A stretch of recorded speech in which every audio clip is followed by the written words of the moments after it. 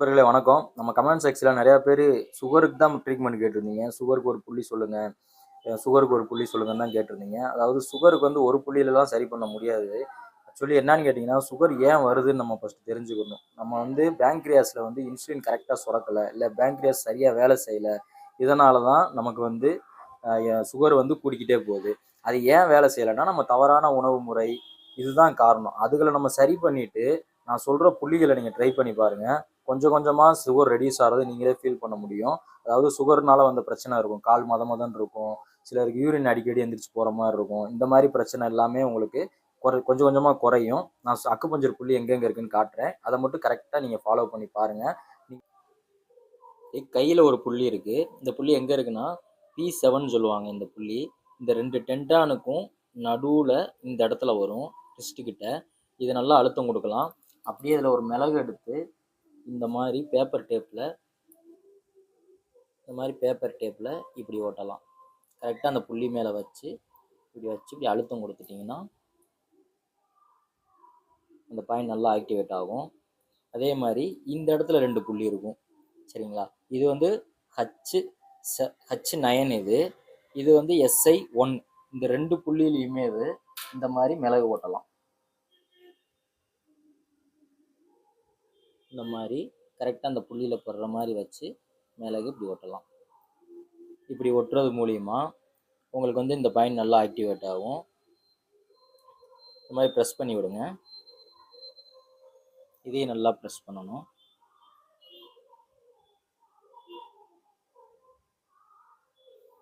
காலில் ஒரு 2 புள்ளி இருக்குது. இது எங்கே இருக்குன்னா இந்த இடத்துல வரும். இந்த இடத்த நம்ம எப்படி லொக்கேஷன் பண்ணுறதுன்னா, இந்த முட்டிக்கு ஸ்ட்ரைட்டாக இருக்கணும், சரிங்களா? இந்த மாதிரி 4 விரல் வச்சா முடிகிற இடம், இந்த முடிகிற இடம் தான் SP6. இந்த வந்து SP6ன்னு சொல்லுவாங்க. இதை நல்லா மெதுவாக அழுத்தம் கொடுக்கலாம்.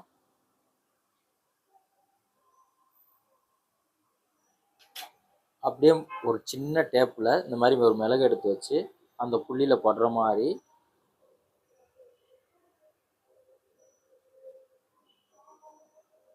இப்படி ஓட்டலாம். கரெக்டாக அந்த புள்ளியில் படுற மாதிரி ஓட்டிட்டு இப்படி மெதுவாக அழுத்தம் கொடுங்க. அதே மாதிரி இந்த ஓரத்துலேயே வந்தீங்கன்னா இந்த வெள்ளைத்தோலும் கருப்பு தோலும் சேர்ற இடம், இந்த முட்டி ஏறுற இடம் வரும். இது வந்து SP2ன்ற புள்ளியில் இப்படி நல்லா அழுத்தம் கொடுக்கலாம். அழுத்தம் கொடுத்துட்டு இந்த மாதிரி ஒரு சின்ன டேப்பில் மிளகு எடுத்து இப்படி வச்சு ஓட்டலாம். ஒட்டிட்டு நல்லா அழுத்தம் கொடுத்துருங்க. அப்படி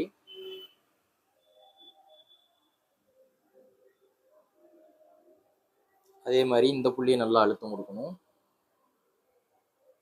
இப்போ நம்ம சொன்ன புள்ளி எல்லாத்துலேயுமே மிளகு ஒட்டிட்டு இது எப்போ பண்ணணும்னா நைட்டு தூங்குறப்ப பண்ணணும். டெய்லியும் நைட்டு தூங்குறப்ப இந்த மாதிரி நான் சொன்ன புள்ளி எல்லாத்துலேயும் மிளகு ரெகுலராக ஓட்டுங்க. இது ஒரு நாளில் சரியாகிற விஷயம் இல்லை. தொடர்ந்து நீங்கள் 1 மாதமாச்சும் நீங்கள் ஃபாலோ பண்ணணும். லைஃப் ஸ்டைலையும் கொஞ்சம் சேஞ்ச் பண்ணுங்கள். இது எந்த கையில் எந்த காலில் ஓட்டணும்னு கேள்வி கேட்பீங்க. இது 2 கையிலையும் 2 கால்லையுமே ஓட்டலாம். ஏதாவது ஒரு கை ஒரு காலில் ஓட்டினாலும் தப்பு கிடையாது. இது நீங்கள் ரெகுலராக ஃபாலோ பண்ணிங்கன்னா கண்டிப்பாக கொஞ்சம் கொஞ்சமாக சுகர் குறையும். அதனால் வந்த பாதிப்பு எல்லாமே உங்களுக்கு மாறுறதை நீங்களே ஃபீல் பண்ண முடியும்.